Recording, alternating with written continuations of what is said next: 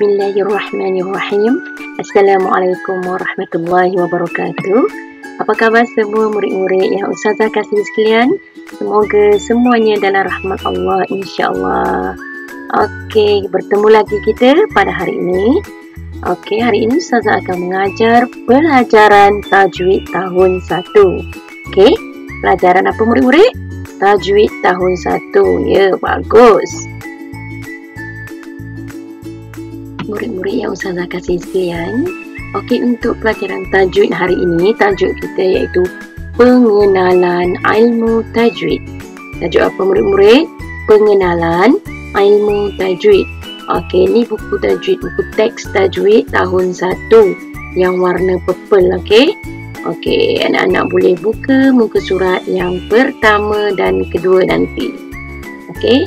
Boleh? Murid-murid yang Ustazah kasih sekalian, sebelum kita memulakan pengajaran dan pembelajaran kita pada hari ini, marilah kita mulakan dengan membaca doa belajar terlebih dahulu. Okey, murid-murid boleh baca bersama Ustazah. Boleh ikut bersama-sama? Alhamdulillah. Okey, ikut Ustazah baca bersama-sama. Bismillahirrahmanirrahim. Rabbi zidni ilman warzuqni fahman. Ya Allah, tambahkanlah daku ilmu dan kurniakanlah daku kefahaman. Amin.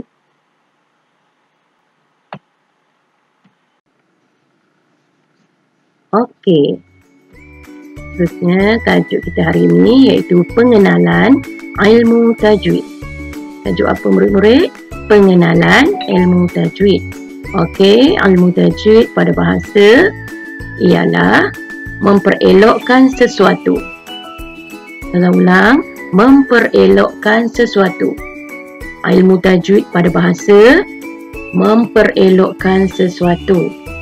Manakala pada istilah ilmu tajwid ialah ilmu yang membicarakan tentang cara membaca ayat Al-Quran mengikut hukum-hukum tertentu. Okey, Ustazah ulang. Pada istilah ilmu yang membicarakan tentang membicarakan atau membincangkan atau menerangkan tentang cara membaca ayat-ayat Al-Quran mengikut hukum-hukum tertentu. Okey, secara mudah murid-murid, pada bahasa ilmu tajwid itu maksud dia memperelokkan sesuatu. Maksud dia panjang sikit pada istilah apa dia? Iaitu ilmu yang membicarakan tentang cara baca ayat Al-Quran mengikut hukum-hukum tertentu. Okey, dalam gambar tu murid tu kata, kawan-kawan, tajwid itu ialah memperelokkan bacaan Al-Quran kita. Sekiranya kita tersalah baca ayat-ayat Al-Quran, makna kalimah yang dibaca juga akan tersalah. Akibatnya, kita akan berdosa dan dimurkai oleh Allah. Itulah sebabnya kita perlu mempelajari tajwid. Okey? Sebab apa? Kita perlu mempelajari tajwid. Sekali lagi, di sini sekiranya kita tersalah membaca ayat Al-Quran. Kita baca Al-Quran setiap hari. Kita baca, siapa yang baca salah Al-Quran walaupun sedikit, maksudnya bila tersalah baca, makna kalimah tersebut juga akan tersalah maksud dia. Okey? Boleh faham? Contohlah, kita membaca ayat, iaitu contohnya kita sepatutnya ayat itu minal muslimin, tetapi kita salah menyebut, kita sebut minal musyrikin. Contoh, itu lari terus maksudnya. Daripada maksud orang Islam jadi maksud orang-orang musyrik. Itu memang tersalah macam tu, tak boleh berdosa. Dia boleh faham murid-murid? Okey, tak apa, kita cuba perlahan-lahan memahami ini. Okey? Okey, seterusnya hukum mempelajari dan beramal dengan ilmu tajwid. Okey, murid tu tanya, apakah hukum mempelajari ilmu tajwid Ustazah? Ustazah aku jawab, hukum mempelajari ilmu tajwid ialah fardu kifayah. Ustazah baca sekali lalu. Dan Ustazah terjawab, hukum beramal dengan ilmu tajwid pula ialah fardu ain ke atas orang Islam yang mukallaf dan berdosa kepada setiap orang yang membaca Al-Quran tanpa memelihara hukumnya. Okey, apa maksudnya di sini? Okey, maksud yang mudah di sini ialah hukum mempelajari dan beramal. Okey, ada dua hukum. Yang pertama, fardu kifayah. Yang kedua, fardu ain. Okey, apa fardu kifayah? Adakah kita buat orang lain tak payah? Okey, maksud yang sebenar fardu kifayah yang mudah awak faham, hukum mempelajari ilmu tajwid ni fardu kifayah dia katakan. Okey, fardu kifayah apabila sesebuah masyarakat tersebut ataupun dalam suatu kampung tersebut ada yang mempelajari ada yang mempelajari ilmu tajwid, maka sebahagian lagi yang tidak mempelajari ini terlepaslah daripada kewajipan mempelajari ilmu tajwid tersebut.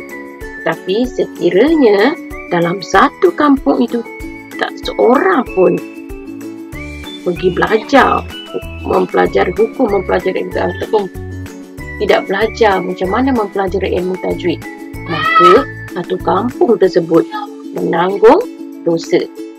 Maknanya kalau sebahagian, kalau ataupun seseorang atau sebahagian yang telah mempelajari ilmu tajwid, maka terlepaslah bahagian yang lain yang tak belajar tu, maksudnya terlepaslah kewajipan itu.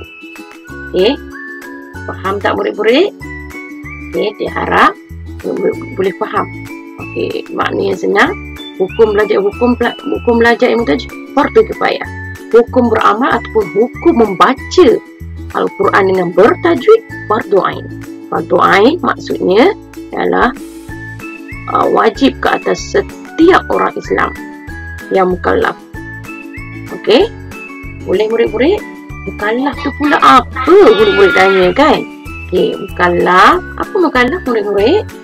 Mukallaf itu ialah orang yang dipertanggungjawabkan untuk melaksanakan perintah Allah. Okey, dan berdosa kepada setiap orang yang membaca Al-Quran tanpa memelihara hukumnya. Okey, boleh faham murid-murid? Murid-murid tak payah pening kepala. Tengok apa Ustazah cakap ni. Murid-murid tak perlu bimbang. Cuma murid-murid boleh ingat begini saja. Hukum pelajari fardu kifayah, hukum beramal ataupun hukum membaca Al-Quran dengan bertajwid fardu ain. Hukum belajar fardu kifayah, hukum beramal fardu ain. Ulang lagi sekali. Hukum belajar ilmu tajwid fardu kifayah dan hukum beramal ilmu tajwid fardu ain. Okey, boleh murid-murid? Bagus. Tepuk tangan untuk diri sendiri. Okey murid-murid sekalian, akhir sekali sebelum kita berakhir kelas kita, Ustazah mohon kepada semua murid-murid yang Ustazah sayang, di rumah sentiasa latih tubi membaca. Latih tubi maksudnya kita baca berulang kali, melatih mendengar video Ustazah ini, dengar betul-betul bersama ibu bapa. Boleh rujuk buku teks muka surat 1 dan 2 itu tadi, serta slide video ini. Boleh sentiasa melihat slide ini dan apakah yang Ustazah ajar pada hari ini.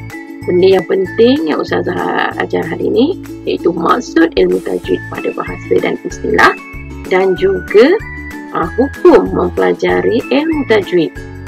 Kalau hukum mempelajari fardu kifayah dan hukum mengamal atau membaca Al-Quran itu fardu ain.